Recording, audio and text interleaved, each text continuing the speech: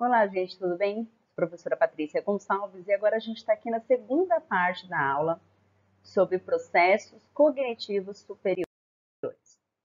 Esses processos cognitivos superiores, como nós vimos, ele vai desenvolver a questão da memória, da percepção.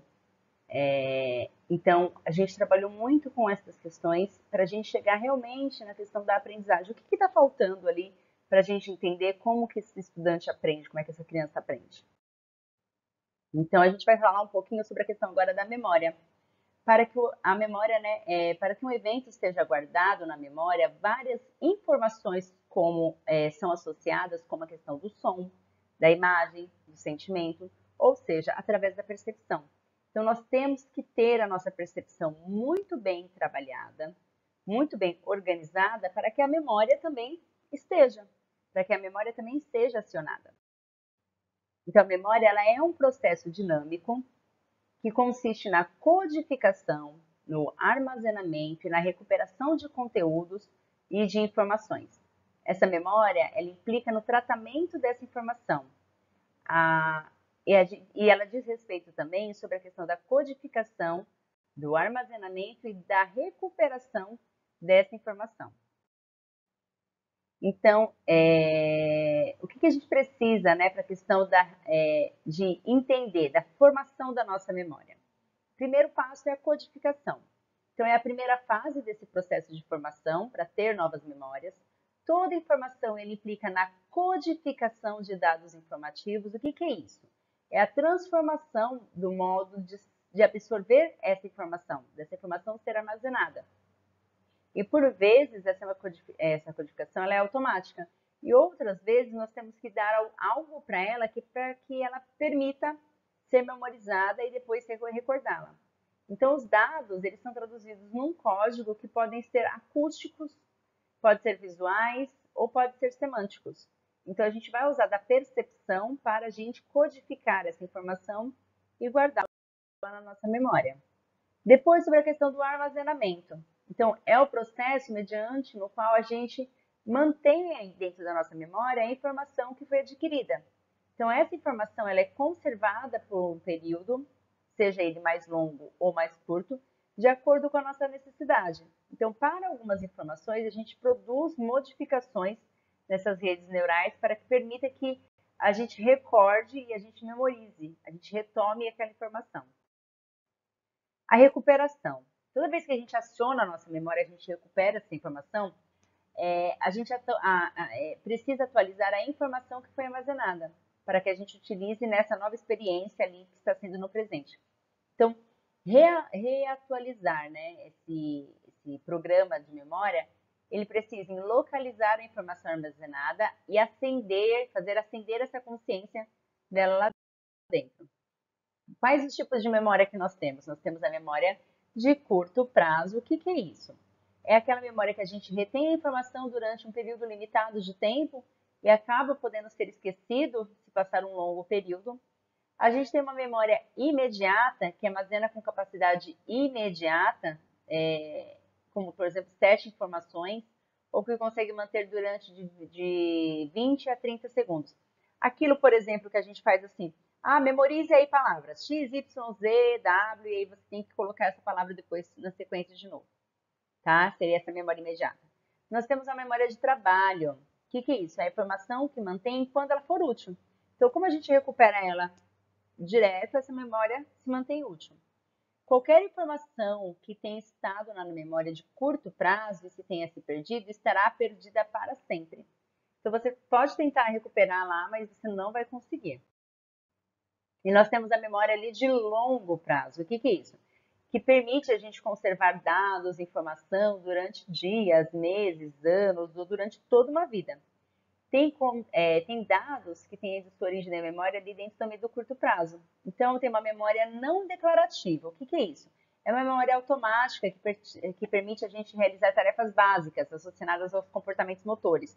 Por exemplo, como a gente diz, né? Andar de bicicleta. Tá?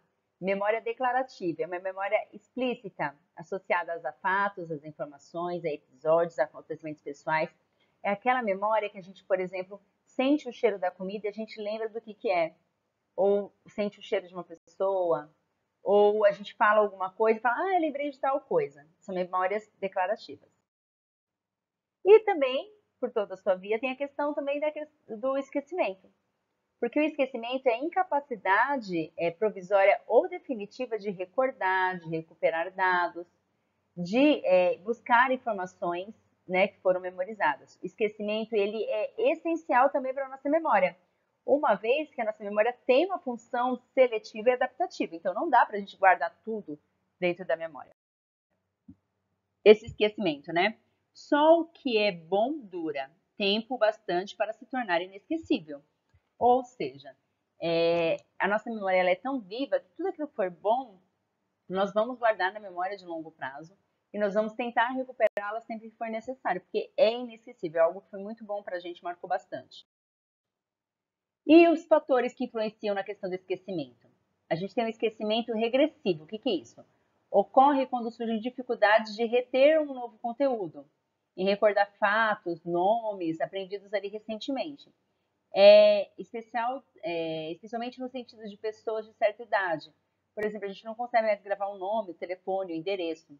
Nós também temos o esquecimento motivado, que são recordações que são traumatizantes para a gente. Então, a gente tende a esquecer elas, a eliminar elas para a gente evitar a questão da angústia, da ansiedade ou de algum trauma ali que causa um desequilíbrio psicológico.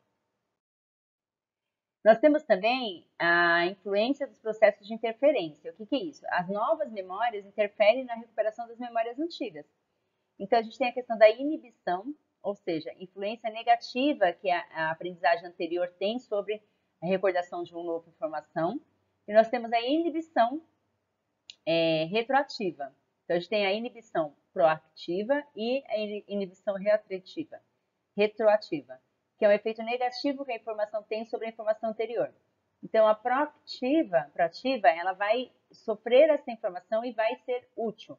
E a inibição retroativa, ela é negativa. Nós também temos, gente, a questão do pensamento e da linguagem. Então, o pensamento e a linguagem é aquilo que decodifica todos os sistemas de signos que servem para algum meio de comunicação.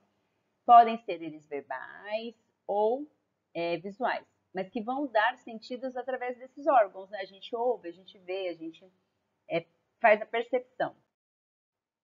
E aí a gente tem essa questão desse pensamento que compreende as atividades mentais como raciocinar, resolver problemas, desenvolver informações, trabalhar com conceitos.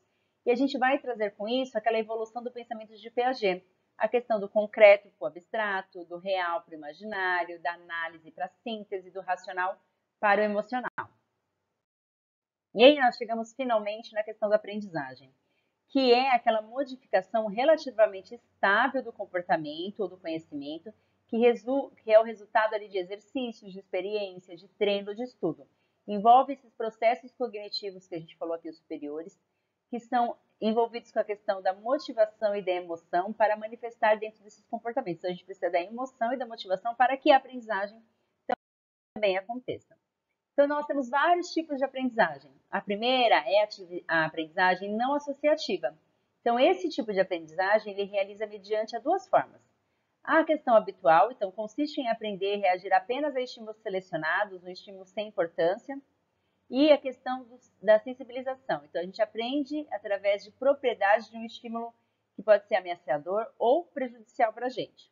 Então, a gente aprende, por exemplo, como não colocar a mão no ferro, porque o ferro é quente, queima a mão, dói, então a gente tem essa aprendizagem aí.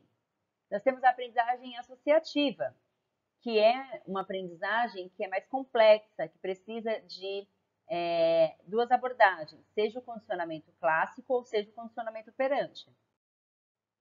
O que é esse condicionamento clássico? Aí a gente vai falar sobre a questão do Pavlov, que ele tem a experiência daquele cão, certo? Que é da campainha, que toda vez que precisa ser levada a comida, tem a questão, né?